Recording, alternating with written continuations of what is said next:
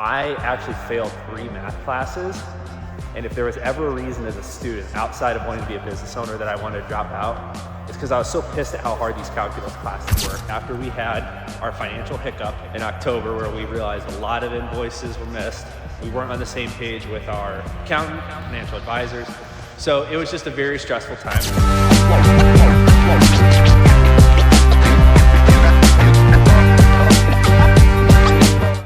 So I just completed day 1 of Ryan Pineda's mastermind. It's called The Forge. It was the first event of its kind. So the connections I made were easily some of the best connections I made. 1, from a business owner perspective. 2, people that genuinely are faithful to religion and also business. And that was one that kind of punched me in the stomach. Is I met a guy who has a concrete company. He's a couple years older than me, and one of the things that he had been struggling with is how to make meaningful content that actually built his personal brand and the company's brand in a way that was unique. It led into a theme Ryan was discussing, which was that competitors can't be unique. That is really something that keeps you safe. It's brand insurance. And what it made me realize is that everyone that I talk to about content, that I want to do better with content, or that we've been helped do better with content, they always resist in the beginning the thing that's going to make them the most connection with their audience. So when we make our agreements, we always make people pick a volume, right? So they have to pick an amount of posts, video shoots, strategy sessions, right? And one of the things that's a telltale sign of a long-standing client and how successful they're going to be is their ability to hit that goal every month, but also how far do they push past it. Like the people who we genuinely have the quickest growth in relationship with are the people that crush whatever agreement they sign on for. Not only are the videos high quality, but they're pushing creativity questions. You know that they're pushing okay, at the next video shoot, who do I need to invite to be there? What does the setting need to be? And it just made me realize that is the thing. So the second thought that I've been pondering on this walk is how much business success is a mixture of math and art. And so the hard part about this is that I dropped out of college, yes, to start my own business, but a failure I've never been public about was that I come from a very school intelligent family. I have a sister who got a 35 out of 36 on the ACT 2 times, and I have a dad who graduated in mathematics as his major with a minor in computer science. He was a programmer for 30 years. He was the first male to retire in our bloodline, let alone just break the poverty wheel. And so I actually failed 3 math classes. And if there was ever a reason as a student outside of wanting to be a business owner that I wanted to drop out, it's because I was so pissed at how hard these calculus classes were. And I would never go to them. I could not find any purpose in it. It really felt like mental torture at a time when I was really just hiding from what I think my potential was. And so I've always avoided the math in business. I've always believed help the client, do enough volume. So in the beginning, you're tracking every dollar. And when you're tracking every dollar, you are a little more fearful. It's harder to be faithful with how you invest your dollars. But the other side of it is that you understand that there is an art, which is just doing the service or learning to sell better or learning to hire a team, whatever it is that actually helps the business grow. And so much of that is emotional. So much of that is identity. When mistakes happen, it's always tied to the ego. Very rarely is it not tied to the ego. And it made me look at the math I had been avoiding. So I realized in the room today, I've gone to a couple of these very high-level business masterminds. There's a conversation that comes up about the cost to acquire a customer, what the payback period is of that customer, and then how do you track ad spend, marketing spend, and company expenses to know your margins, and what does it cost you to get that customer? So for us, we'd always been in video editing.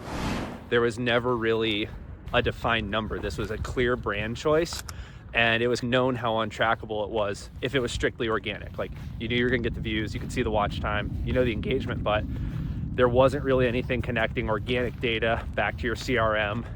If anyone's ever run Meta ads or Google ads or anything pay-per-click, you know that the data that you get from that is so much better than whatever Meta Business Suite shows you. YouTube Studio, a little bit better, but still, for the free resources, it's nowhere near as quality as the paid data. And so yesterday I was preparing for day one of Ryan's mastermind, and I did his course modules. And I actually used Hermosi's book from my flight in, which was the $100 Million Lost Chapters. And I basically did our last 90 days math. And one of the things I'm most proud of is after we had our financial hiccup in October, where we realized a lot of invoices were missed, we weren't on the same page with our accountant. We also weren't on the same page with the financial advisors. So it was just a very stressful time, and it was the birth of the custom GPT as a service. We used it for ourselves, and we actually did what we said we were going to do. So our efforts were very organic. They were referral and content and outreach driven. Ads were running, but we actually only had 2 conversions from that. We have 2 in the pipeline right now that look very good to sign, but not counting those eggs, not counting those chickens. They have not hatched yet. So we did the math, and we was me, Claude, and ChatGPT. And we looked at all of the new business only. So I only wanted to see what my performance was the last 3 months. We already had monthly recurring revenue, and we already had clients. So I didn't want to use that data. That was too skewing. The only data that touched over from past clients to this was the lifetime value. So I did use that to average it. So when we did this math, I was very uncomfortable, right? This is the chapter I wanted to skip. This is at every other event, the math I did choose to skip. And so I think the reason I skipped this math was I had to be very honest about where my business was, not my 1 to 3 month ahead potential. I know a lot of people in sales, we look at our pipeline so much and we look at what's on the horizon that we kind of lie to ourselves about what the numbers really are today. And so what I did was I accepted it was going to hurt, and I like doing these big uncomfortable tasks when I'm emotionally safe. So as a business owner, you can't be blind to your emotions, and this is where I've messed up in the past, where not only my math was wrong, my emotions were wrong as well.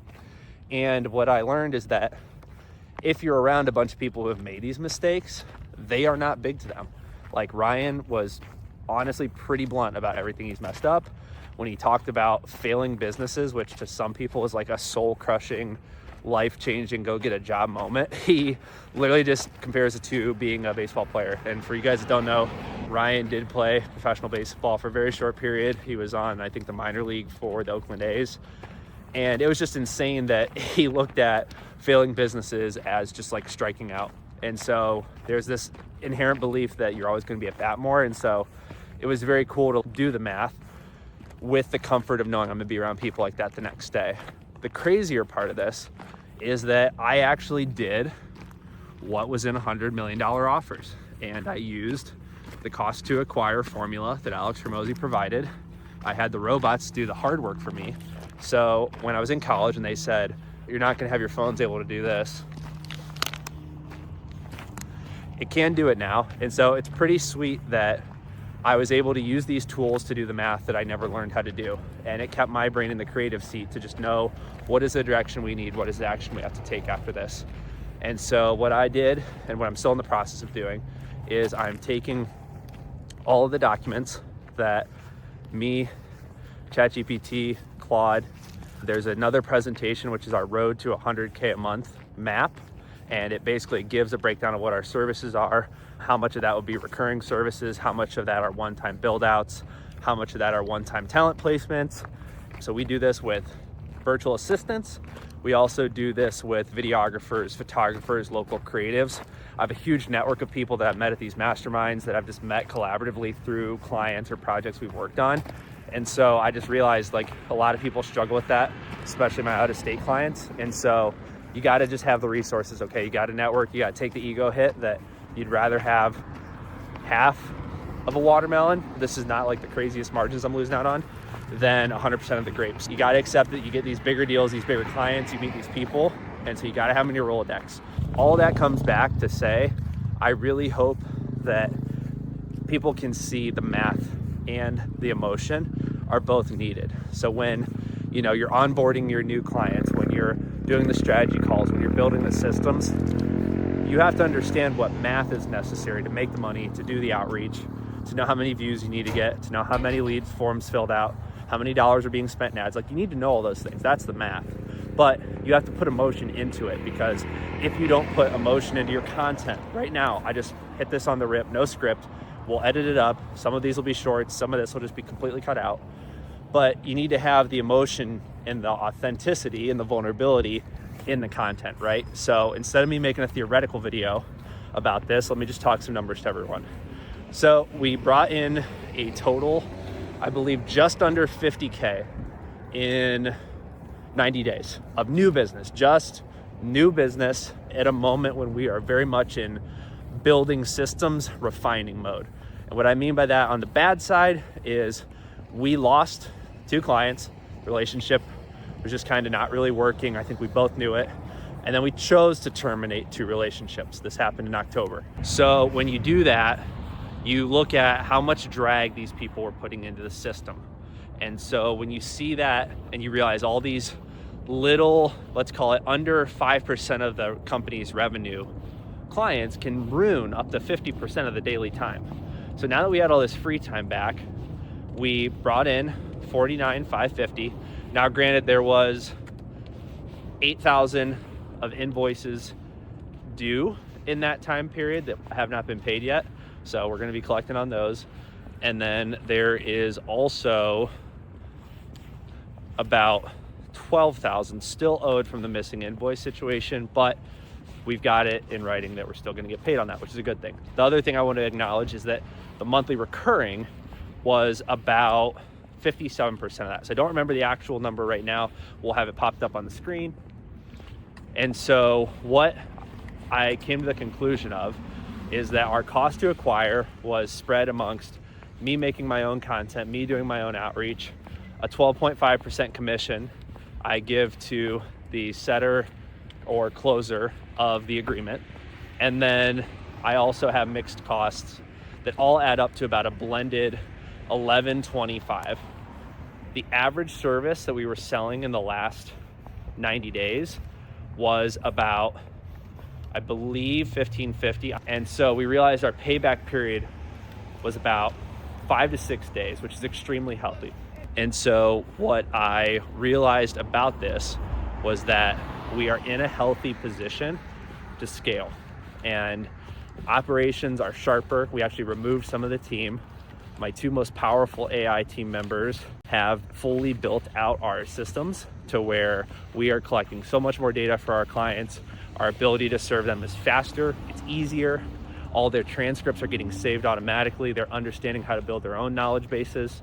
And it's been a very fun chapter of business. So I'm going to report to you guys again here tonight once this first night of networking is complete, but I'm feeling very good so far, and there's a lot of lessons I've taken out of this, and I've learned that I need to just start documenting these so that I can get the benefit of putting all this into my own knowledge base and then taking action of it instead of just keeping it in my notebook or in just an internal thought.